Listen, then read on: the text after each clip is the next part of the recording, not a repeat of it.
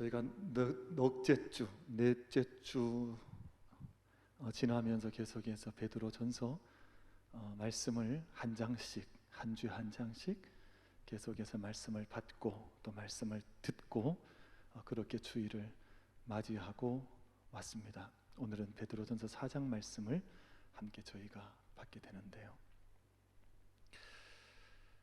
저희가 어릴 때 제 기억 속에 그 빼앗긴 들에도 봄은 오는가, 그 시가 대단히 인상적이었어서 그 학교 선생님들께서 외우라고 하시기도 하셨지만 저는 이상하게 그 국어책이 좋더라고요. 그래서 시를 공부하려고 외웠던 게 아니라 좋아서 많이 읽었었어요. 근데 그 중에 빼앗긴 들에도 봄은 오는가, 육사 이육사 선생이 이 시가 참 좋아서 많이 외웠더랬었는데요. 이 아름다운 강산, 이 아름다운 산천, 이 땅을 다 빼앗겨 버렸으니 이 빼앗긴 들에 봄도 올까 하는 그 깊은 탄식 속에서도 다시금 희망을 부여잡는 그 시가 참 마음속에 즐겁게 다가왔던 적이 있습니다. 맨드라미 제비야 깝치지 마라, 뭐 이렇게 하면서 시가 되는데 참 좋더라고요. 이번 지난 한 주간 이제 추석 명절을 보내면서도 하늘 보니까 얼마나 또 다 세상이 막 질병이 온 세상에 가득하다 해도 하나님께 또 한 계절을 변화시키시고 또 이렇게 빚어가시는구나 하는 그런 생각이 들더라고요. 제가 오늘 또 예배 없이 또 변함없이 마스크를 하셨습니다. 보니까 마스크 다 하시고 또 이렇게 거리두기도 하셨지만 저희가 아무 생각 전혀 예상하지 못한 때에 그 땅이 회복되었던 것처럼 하나님께서 하나님의 때가 참에 이 모든 것들을 걷어내시고 또 하나님의 새 일을 행하실 그 일을 믿음으로 소망하면서 기대하면서 함께 예배의 참된 자리에 오를 수 있는 우리 모든 예배자들 한 분 한 분이 다 되시기를 주님의 이름으로 축복합니다. 그래서 저희가 지금 비록 좀 많이 힘든 때입니다. 맞습니다. 어렵습니다. 사실은 마스크 또 하셔야 하고 여러 가지 제약이 얼마나 많겠습니까만 저희가 하나님의 때에 온전케 하시고 하나님의 때에 모든 것들을 밝히시는 하나님의 시간, 우리가 함께 소망하고 기다리면서 쉬지 말고 또 멈추지 말고 부단히 믿음의 자리에 올라갈 수 있는 우리 모두가 돼야 되겠다 하는 그 생각을 갖습니다. 어제 그제 이제 목양실에 올라왔더니 목양실에 창가에 작은 화분이 하나 있는데 그게 서양난인 것 같아요. 서양난. 예전에 누가 어떤 분이 하나를 보내오셔서 창가에 지금 한 곳 서양난을 두고 있는데 어저께 봤더니 꽃이 핀 거예요. 꽃이 피었어요. 별로 안 좋아하시는데 저만 막 좋아하고 뭐 남의 화분이라고 별로 기분이 안 좋으시니까 꽃이 피었는데 보니까 얼마나 색도 예쁜지 얼마나 이렇게 고상한지 제가 향기를 맡아보니까 향이 나요. 향이 얼마나 은은한지 얼마나 이렇게 그윽한지 참 좋다 하는 그런 느낌이 이렇게 있었습니다. 그래서 이 산부 예배 올라오기 전에도 잠시 또 바라보고 귀하다 하고 향을 맡고 왔는데요. 우리가 주님 앞에 살아가고 인생을 살고 믿음의 삶을 경주해 나가는 동안 저희들도 그러하지 않겠습니까? 여러분, 저희 한 사람 한 사람이 믿음의 자리에 우리에게 심어주신 우리를 보내신 그 자리에 서 있는 동안 하나님의 생명의 그 영광의 향기를 늘 세상 가운데 전하며 함께 흩뿌리며 살아갈 수 있는 우리 모든 만민 가족들 다 되시기를 주님의 이름으로 축복합니다.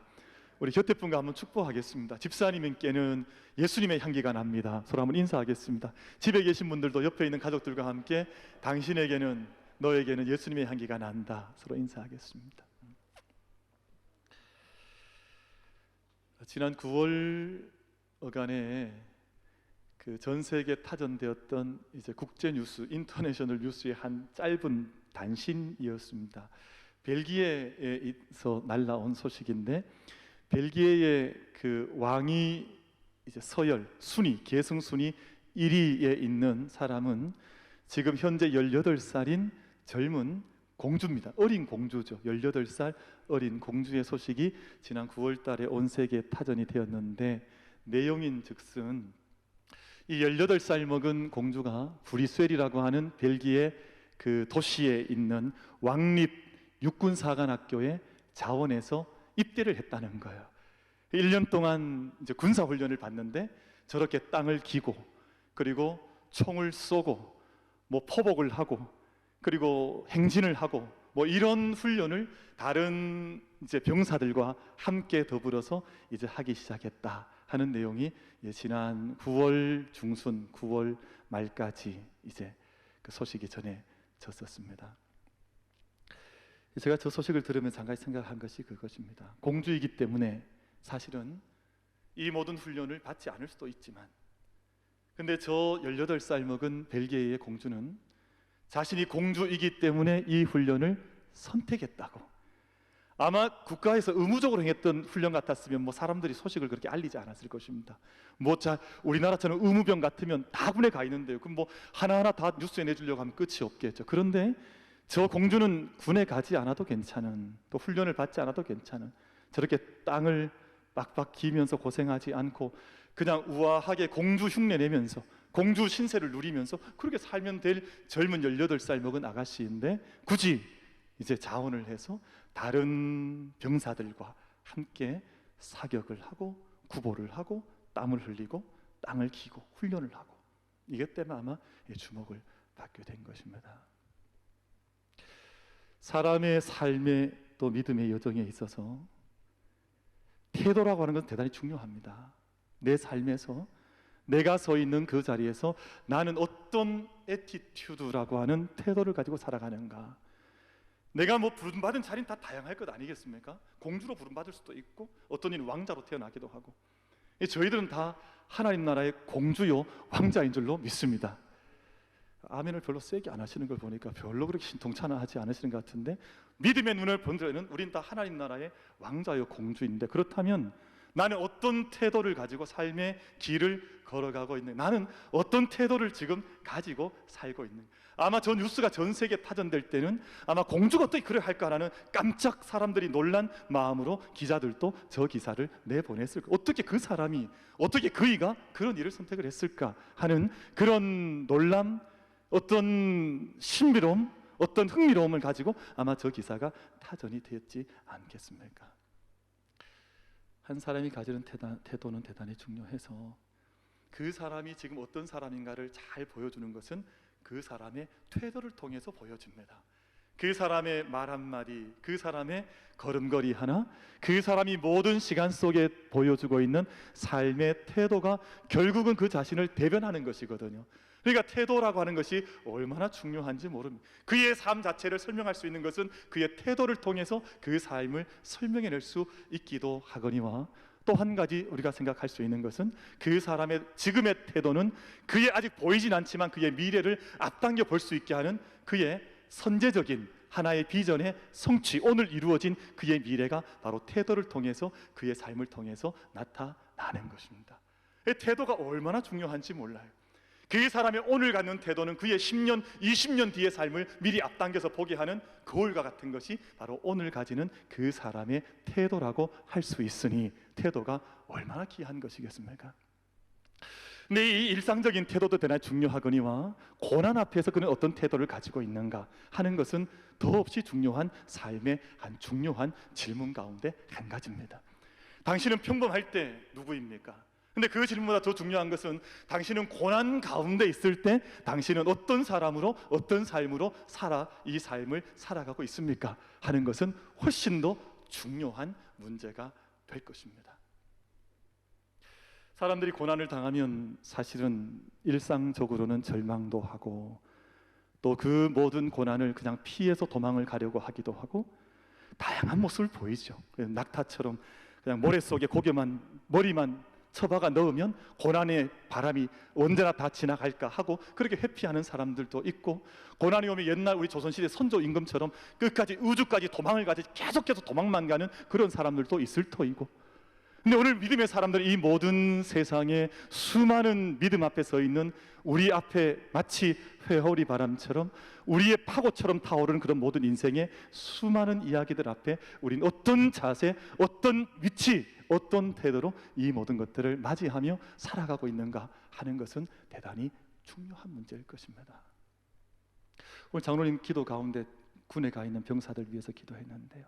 막 군에를 안 가려고 하건, 혹은 군에를 빨리 마치고 싶어 하건, 아니면 기쁨으로 이 모든 훈련을 지나가려고 하는 병사가 있건, 삶의 태도는 참 다양할 것인데, 오늘 저희가 이 모든 세상의 수많은 일들, 오늘 저는 눈 뜨는 그 순간부터 아마 인생의 수많은 숙제거리 앞에 서 있을 것입니다. 우리 가족이 때로는 숙제일 수도 있고, 또 우리 건강이 숙제일 수도 있고, 또 우리 믿음의 경주가 숙제일 수도 있고, 내게 남아있는 인생에 많은 숙제거리들이 있을 터인데, 그 모든 수많은 일들 앞에서 나는 어떤 애티튜드로, 어떤 태도로 이 모든 것들을 마주하며 지나가고 있는가? 그리고 오늘 말씀은 우리들에게 한 3가지, 서너 가지 정도의 말씀을 통해서 하나님께서 우리에게 요청하시는 믿음의 사람들, 하나님 자녀들의 믿음의 태도가 있다고 하는 것을 오늘 본문을 통해서 말씀해 주시고 있어서 그 말씀들을 함께 나누려고 합니다. 첫 번째 말씀은 그렇습니다. 12절 13절 어간에 기록된 말씀인데요, 우리가 당하는 모든 고난 앞에서 이 모든 고난과 어려운 일들을 마치 낯선 대단히 이질적인 일처럼 이상한 것처럼 여기지 않고, 12절 말씀이죠, 이질적인 것으로 받지 아니하고 오히려 그 모든 것들을 즐거움으로 받을 수 있겠느냐 하는 것을 말씀하고 있습니다. 그럼 말씀은 계속 이어 전하겠습니다만, 결론적으로 좀 말씀을 드려보면, 우리 만민에 살아가는 모든 가족들은 지금 우리는 다 처음 가보는 길을 가고 있습니다. 누구든지 버겁기도 하고, 누구든지 숨이 차고, 누구든지 낯설고, 마음에 어느 이상의 그림자의 짐을 질 수밖에 없는 우리들이지만, 오늘 이 말씀과 같이 하나님 말씀이 약속하시는 바와 같이 오히려 이 모든 것들을 이상하게 여기지 아니하며 이 모든 것들을 즐거움으로 함께 기쁨으로 이겨나갈 수 있는 우리 모든 만민 가족들이 다 될 수 있으시기를 주님의 이름으로 축복합니다. 그것을 첫 번째 말씀하시면서 2가지 이유를 말씀하세요. 그 이유가 있다. 여러분, 세상에 고난이나 어려움이 오는데 무작정 막 이렇게 즐거워하고 아무 이유 없이 기뻐하면 사람들은 그 사람을 가리켜서 이상한 사람이라 그럽니다. 저희들도 아무 이유 없이 그냥 목사님이 오늘 설교 때 그냥 오히려 이 모든 것도 이상하게 여기지 말고 즐겁게 받자 그러니까 아무런 생각 없이 무작정 그렇게 하면 사람이 이상해지는 겁니다. 근데 그것이 아니라 오늘 말씀 속에는 2가지 이유를 말씀을 하세요. 첫 번째 이유는, 너희가 장차 이 모든 시간들을 끝내고 영광의 때가 임할 때 너희가 누릴 즐거움과 기쁨을 믿음 안에서 바라보고 기대함으로 오늘 이 모든 시간들을, 오히려 고난들을 즐거움으로 이겨나가는 것이 합당하지 아니하냐. 이게 첫 번째 이유입니다. 지금 우리가 이 길을 걸어가고 있다 할지라도 이것이 마지막 종착역이 아니요, 이것이 모든 것의 종결점이 아니요, 이 모든 코로나가 되든 그 무엇이 되든지 간에 이 모든 시간들을 지날 때 마침내 우리 가운데 이루어 주실 영광의 때가 임하게 될 때 너희가 누릴 소망과 기쁨을 오늘 이 시간 너희가 확증하면서 바라보면서 이 모든 시간들을 기쁨 가운데 걸어가는 것이 합당하지 아니하냐. 그 첫 번째 이유를 그렇게 말씀을 하고 있습니다. 2번째 이유는, 너희가 그리스도의 이름으로 고난을 받고 예수님을 믿는 그 믿음 때문에 이 모든 인생의 싸움을 살아가는 것이 정확하게 맞다면, 너희가 모든 걸어가는 그 모든 길에 영광의 영, 하나님의 영이 지금 너희의 모든 고난의 발걸음 가운데 위에 함께 하시니 너희가 즐거워하고 기뻐하는 것이 합당하지 아니하냐. 여러분, 우리는 다 함께 어려움의 때를 지나고 있는 것이 맞습니다. 그러나 이때 저희가 확증하고 고백하고 분명하게 붙들어야 할 믿음의 주제 한 가지가 있다면, 이 시간에도 영광의 영이신 하나님의 영이, 영광의 영이신 하나님의 능력이 우리 가운데 함께 하시는 것을 믿음으로 분명하게 고백하면서 이 때를 영광을 부여잡고 약속을 부여잡고 함께 걸어갈 수 있는 우리 만민 가족들이 다 되시기를 주님의 이름으로 축복합니다. 여러분, 김구 선생의 백범일지라고 하는 책이 있습니다. 백범일지라고 하는 책이 수년 전에 이제 그 번역이 또 잘 되어지고 또 잘 정리가 되어서 한국의 우리나라의 어떤 출판사에서 얼마 전 이걸 묶어서 책으로 출판하기도 했어서 저도 그 판을 하얀 거풀로 된 그 책을 저도 틈틈이 보아나가는데요. 이 책이 원래 1권과 2권으로 되어 있던 것이 합본이 되어서 2권이 시작되는데, 2권이 시작되는 어간쯤에 당시에 상해 임시정부에서 활동하던 모든 당시에 우리 그 민족의 해방을 위해서 힘써 일하던 선각자들의 상황이 급변하는 이야기가 2권 첫 부분 어간에 기록이 되어져 있습니다. 그 어간을 보면 그 사건, 그 2가지 사건이 크게 있었는데, 그 사건으로부터 장개석 총통의 생각이 바뀌어져서 한국의 독립을 돕기를 시작을 하고, 1943년에 카이로 회담이 열렸을 때 영국, 미국, 뭐 이런 중국 대표자들이 모여서 한국의 독립을 지지하는 사건의 단초가 되는 사건이 이권 중간 어간쯤에 기록이 되어져 있습니다. 그리고 이때로부터 전 세계에 흩어져 있는 한민족 디아스포라, 우리 멀리 나가 있던 우리 민족, 우리 나가 있던 우리 한인들이 독립 자금을 이제 상해 임시정부로 이제 보내주는 그런 계기가 되었던 사건이 기록이 되어져 있는데, 그 사건이 바로 이봉창 의사와 그리고 윤봉길 의사의 의거 두 사건이었습니다. 여러분, 당시 이봉창 의사는 나이가 33살이었습니다. 우리 매일같이 의사 이렇게 하니까 대단히 뭐 중년에 접어들고 뭐 중후한 어떤 중년 신사처럼 생각하지만 33살, 일본에서 생활하다가 이제 상해로 건너왔던 뭐 그런 일본말을 많이 주로 사용하던 그런 사람이었었고요. 그 윤봉길 의사는 당시 나이가 20대 25 먹은 청년이었습니다. 근데 이들이 이제 민족에 대한, 미래에 대한 희망을 부여잡고 자기들이 의거를 일으키겠다는 작정을 하고 김구 선생과 대화할 때, 여러분 조금 전 그 첫 번째 사진 한 번 더 넘겨주시겠어요? 우리 첫 번째 사진, 우리 이봉창 의사께서 찍으셨던 저 사진은 마지막 이제 동경으로 떠나기 전 상해에서 김구 선생과 함께 찍으셨던 사진 중에 한 장입니다. 여러분, 저 사진을 찍으려고 하니까 김구 선생이 마음이 너무 착잡하고 마음이 너무 무거워서 마음속에 수심이 있는 것이 얼굴로 드러나니까 곁에 있던 이봉창 의사가 말하기를, 선생님, 저는 희망찬, 희망 가득한 삶을 열기 위해서 제 인생을 걸어가는 순간이니까 사진을 찍으실 때 밝은 모습으로 찍어주시면 좋겠습니다. 그리고 저 사진을 찍은 거예요. 여러분, 지금 사진 잘 보이시나요? 1, 2부 예배 때는 흑백이라 잘 안 보인다 그러시던데요. 잘 보이시죠? 지금 여러분, 저분 얼굴이 어떤 것 같으세요? 지금 이제 저분 저 사진을 찍고 나면 상해를 떠나서 동경으로 건너가서 이제 우리가 잘 아는 것처럼 이제 폭탄을 던져야 하는 시간인데, 그 얼굴 속에 근심과 수심이 전혀 들어있지는 않습니다. 저 얼굴 속에 희망과 이제 나는 밝은 미래를 위하여 내 길을 걸어가기 때문에 우리가 밝게 마지막 사진을 찍었으면 좋겠다라는 약속과 함께 저 사진을 남긴 것입니다. 그럼 저희가 1월 9일에 있었는데 몇 개월 뒤에 윤봉길 의사의 이제 도시락 투척 사건이 벌어지는 것이죠. 4월 29일이었더랬습니다. 근데 간밤에 이제 지난 밤에 소고기를 잘 준비하다가 아침 일찍이 아침밥을 잘 해서 잡수시고, 그리고 양복을 한 벌을 잘 깨끗한 옷을 준비해서 양복을 갖춰 입으시고 훈커공원으로 떠나는데, 아침 7시를 가리킬 때 이제 윤봉길 의사가 김구 선생에게 말을 건네는 거예요. 선생님, 제 손에 차 있는 시계는 6전짜리 시계인데 선생님 시계는 보니까 2전짜리 시계니까 시계를 서로 바꾸시지요. 저에게 남은 시간은 1시간밖에 남아있지 않기 때문입니다 하고 시계를 바꿉니다. 그런데 그때 저 나이가 25 청년이었더랬습니다. 물론 일찍 결혼을 해서 자식들이 있긴 했지만 25, 요즘 우리 25 같으면 정말 뭐 그냥 청년이죠. 저희 집에, 여러분 집에 다 있을 것 같은 아들, 딸 나이에 민족의 짐을 짊어지고 약속을 지고 갈 때, 지금 여러분 두 번째 사진에 보셔도 윤봉길 의사 얼굴에도 담담한, 침착한, 그리고 의기 어린 표정이 나타나 있지, 그 얼굴 속에 근심이나 두려움이나 고통 같은 그림자가 그 얼굴 속에 드리워져 있지를 않습니다.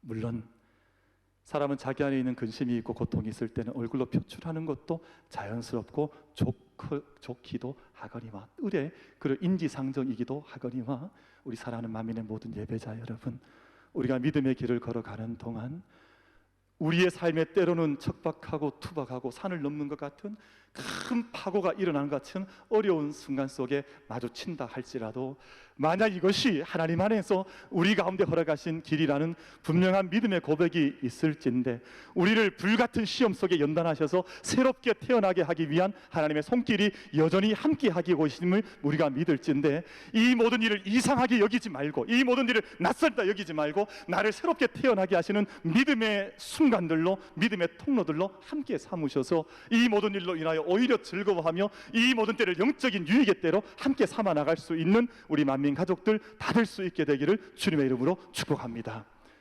여러분, 그리고 오늘 이어지는 두 번째 말씀을 보면 영광에 대한 말씀을 하고 계신데요, 15절 16절 15절 16절 말씀을 제가 다시 한번 읽겠습니다. 두 번째 말씀인데요, 두 번째 주제를 다루겠습니다. 너희 중에 누구든지 살인이나 도둑질이나 악행이나 남의 일을 간섭하는 자로 고난을 받지 말려니와. 고난의 종류가 다 다르다는 것입니다.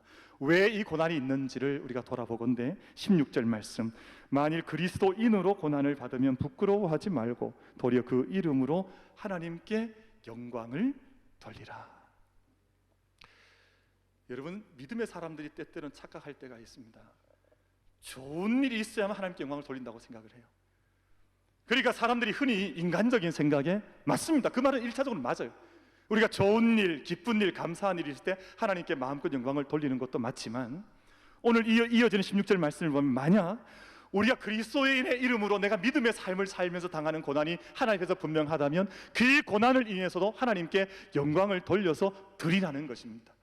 그러니까 우리 어차피 세상 속에 살아가는 동안 늘 반쪽짜리 영광 속에 머물러 있는지 몰라요. 하나님이 전체를 통해서 다 영광받기 원하시는데, 이 모든 것을 통해 다 하나님의 일을 해나가시는데, 우리는 늘 우리에게 좋은 때만 영광을 돌리고 우리에게 거칠거나 우리에게 마음에 들지 않으면 전혀 영광을 돌리지 않는 그런 삶을 살아가는데, 오늘 이 말씀에 따르면 너희가 그리스도인의 이름으로 때로는 차별을 받거나 또는 그리스도인의 이름으로 너희 믿음의 삶을 경주해 나가는 동안 너희 가운데 어떤 무거운 그림자가 드리워져 있다 할지라도 그 순간에도 하나님께 영광을 돌려드리라, 그리 말씀을 하는 것입니다. 저는 그리 생각합니다. 만민교회가 왜 여기에 서 있을까? 저는 또 왜 여기에 서 있는 것인가? 여러분은 어떤 인생을 부름받아 여러분 각자의 자리에 서 있는 것인가?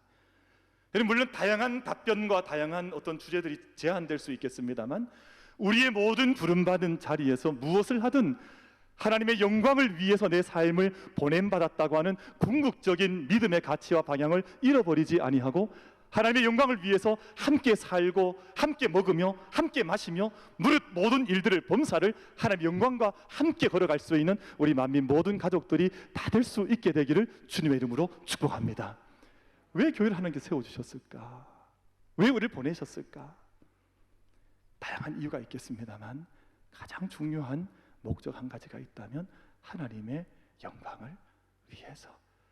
여러분, 그래서 고린도전서 10장 31절 말씀을 보면, 그런즉 너희가 먹든지 마시든지 무엇을 하든지 다 하나님의 영광을 위하여 하라. 저는 제가 철이 없을 때 이 말씀을 읽으면 참 하나님께 시기심이 많았습니다. 하나님, 무슨 그렇게 영광을 많이 받으시려고 먹어도 하나님 영광, 마셔도 하나님 영광, 그렇게 욕심이 많으세요? 그런 시기심이 마음속에서 올라올 때가 있었습니다. 그런데 삶을 살고 또 믿음 앞에서 긴 인생길을 걸어가다 보니 생각이 완전히 바뀌었습니다. 우리는 하나님의 영광을 떠나서는 살 수 없는 존재들이에요. 우리 하나님의 영광을 하나님께서 우리 가운데 걷어가시면 우리는 죽을 수밖에 없는 존재들이에요. 먹을 때도 하나님의 영광, 마실 때도 하나님의 영광, 무릇 범사의 모든 일 할 때 하나님의 영광이 나타나면 그 자리가 생명의 자리요 축복의 자리가 될 줄로 믿습니다. 만약 영광이 떠나버리면 그 순간이 죽는 순간이에요. 여러분, 우리가 물고기가 물을 떠나면 잠시 파닥파닥 사는 것 같아도 이미 죽은 존재인 것처럼 하나님 영광 걷어가시면 우린 살아있는 존재가 아닙니다. 우리 만민의 모든 가족들은 먹든지 마시든지 무엇을 하든지 늘 하나님 영광 속에 함께 머무를 수 있는 귀한 발걸음으로 함께 걸어갈 수 있는 축복의 우리 성도님들 다 되시기를 주님의 이름으로 축복합니다.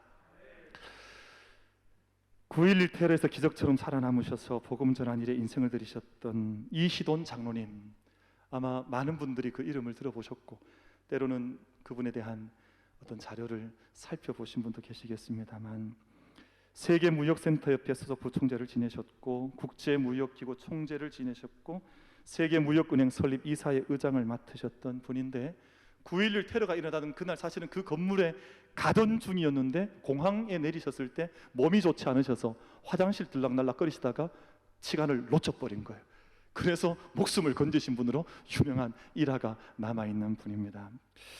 이돈 장로님께서 옥스퍼드 대학 종신교수직과 이사직을 수락하시면서 취임식에서 취임 연설을 하신 것이 남아있는데, 이돈 장로님께 지난달 하나님 부름을 받으셔서 돌아가시지, 이것은 유고 이제 취임사로 남아있게 되었습니다만 한 단락을 소개해드리면 그렇습니다. 그동안 옥스포드에서는 자신의 신앙에 대해, 특히 예수님에 대해 얘기하는 것을 금기시해 왔습니다. 옥스포드 대학에서 공적 자리를 차지한 사람이 함부로 예수님의 이야기를 하지 못하는 것이 옥스포드의 법이라는 것입니다. 그러나 나는 신앙을 가지라고 강요하진 않겠지만, 여러분에게 내 신앙을 목을 조르지 강요하진 않겠습니다만, 내가 가진 신앙에 대해 말할 수 없다면 교수직과 이사직을 맡을 수가 없습니다. 이것이 그분의 종신교수직, 이사직을 수락하는 취임사를 통해서 밝히셨던 그분의 신앙이었습니다. 여러분, 세상이 다 하나님의 영광을 잃어버리니 세상에 어둠이 임한 것을 알지 못하고, 지금도 도리어 더 어둠의 길로 나아가는 이 혼탁하고 어두운 세상 속에서 이 세상을 살리고 약속받는 길은 하나님의 영광을 드러내는, 하나님의 영광이 이 땅과 다시금 비추어지는 그것 밖에는 이 세상에 살 길이 없다고 저는 늘 믿음으로 고백하고 있습니다.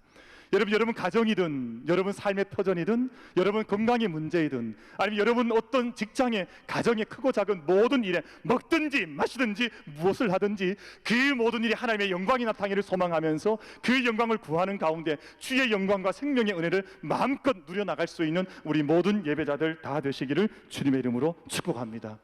그래서 우리 서 있는 한 자리 한 자리가 하나님의 영광의 자리가 될 수 있도록, 여러분 그러면 삽니다. 하나님의 영광이 떠나가면 그 자리가 죽음의 자리입니다.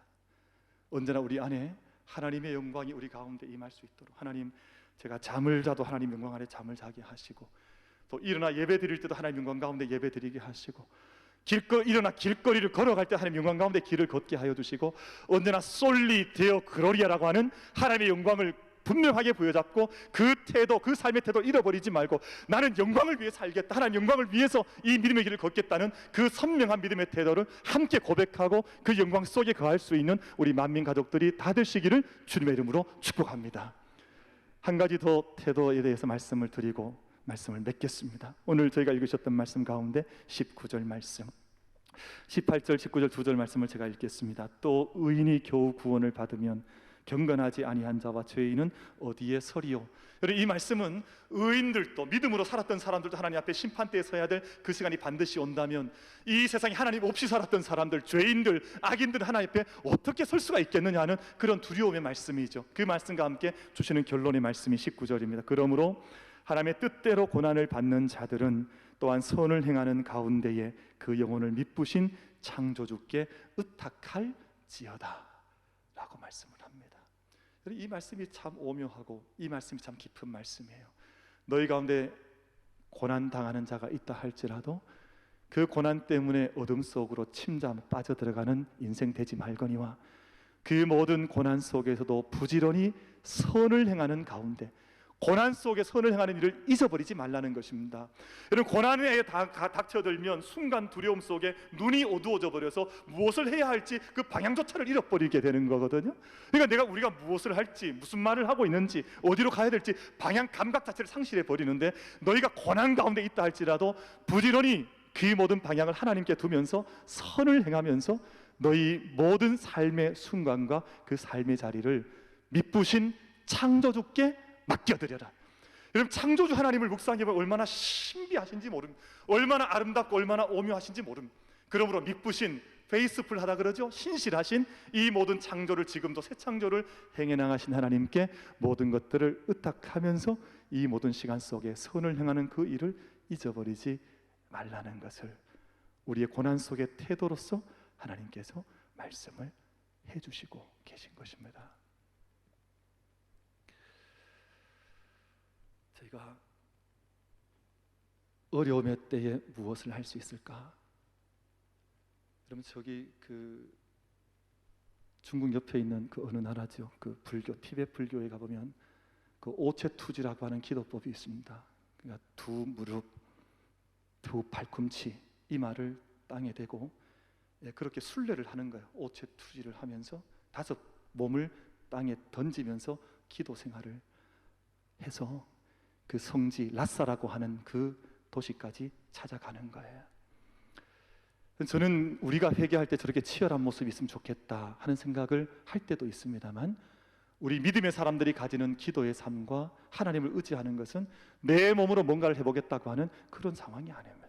우리는 하나님께 이 모든 것들을 선한 일을 행하는 가운데 창조자 하나님께 의탁하는, 맡기는, 이 모든 걸 하나님께 의뢰하는 그 삶을 하나님 앞에서 가지는 것입니다.